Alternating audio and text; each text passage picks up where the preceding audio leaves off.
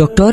Sir চিন্তা করবেন না, মাথায় হালকা চোট পেয়েছে, তবে ভয়ের কোনো কারণ নেই, কিছুক্ষণের মধ্যেই জ্ঞান ফিরে আসবে। ওকে, আমি ওর বাড়ির অ্যাড্রেসটা দিয়ে দিয়েছি, আপনি একটু ফোন করে জানিয়ে দেবেন আমি আসছি। আর হ্যাঁ, আমি যে ওকে নিয়ে এসেছিলাম সেটা বলার দরকার নেই। কিন্তু স্যার। কোনো কিন্তু না, একটু প্রবলেম আছে। Okay sir. চলো।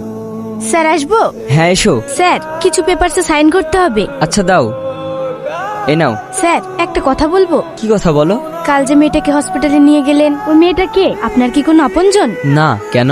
মনে হলো তাই বললাম। আমার মনে হচ্ছে আপনি মিথ্যে কথা বলছেন। তুমি ঠিকই ধরেছো, ওটা আমার এক্স, যাকে আমি আমার জীবনের চেয়েও বেশি ভালোবেসেছিলাম। যাকে জীবনের থেকে বেশি ভালোবাসতেন সে এক্স কি করে হলো? মনে হচ্ছে গল্পটা খুব ইন্টারেস্টিং, একটু শোনাবেন প্লিজ। শোনো।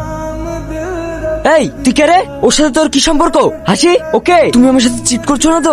পড়ো, কি সব ভুলভাল বকছো তুমি? তাহলে বলো ওকে। এই তুই বল, হাসি তোর কে? না হলে তোকে এখানে মেরে দেবো। আরে থামো, ও আমার ক্লাসমেট, তুমি অযথা আমাকে সন্দেহ করছো। রাজা, এটা আমার বয়ফ্রেন্ড। ও হ্যাঁ, আমি তো ভয় খেয়ে গেছিলাম। তাই? হ্যাঁ। বাবা, তোর বয়ফ্রেন্ড তো তোকে খুব ভালোবাসে রে।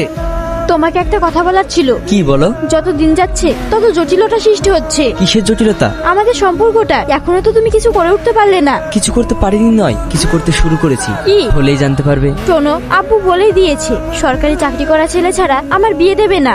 সেলিম, কলেজ তো শেষ, এখন কি করবো ভাবছিস? ভাবছি একটা কাজ শুরু করব। কি কাজ? একটা ছোট্ট প্লাস্টিক ফ্যাক্টরি যদি দাঁড় করতে পারি তাহলে আমাদের আর কারোর কাছে হাত পাততে হবে না। ওসব করতে তো অনেক টাকা লাগবে। খুব বেশি না আব্বা, শুরুতে ওই 2 লাখ টাকা মতো লাগবে। 2 লাখ? এত টাকা আমি কোথায় পাবো? এক কাজ করো, আমার এই হাতের বালাগুলো বিক্রি করে দাও।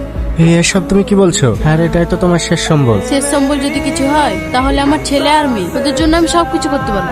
না না মা, তোমার হাতের বেলা আমি নিতে পারবো না। তোকে নিতে হবে, শুধু তোর জন্য না, আমাদের সবার জন্য। আর তো কোনো উপায় নেই, কাল বালা দুটো দিও, আমি সোনার দোকানে গিয়ে বিক্রি করে আসবো। আব্বা মা, আমি কথা দিচ্ছি তোমাদের এই ত্যাগ আমি বৃথা যেতে দেবো না। কিরে সেলিম, এতক্ষণ ধরে কার জন্য অপেক্ষা করছিস? একজন বিশেষ অতিথির জন্য। আরেকটু অপেক্ষা করো, এক্ষুনি চলে আসবে। আর কতক্ষণ অপেক্ষা করবো বল? সবাই অনেকক্ষণ থেকে এসে দাঁড়িয়ে আছে। ওই দেখো চলে এসেছে।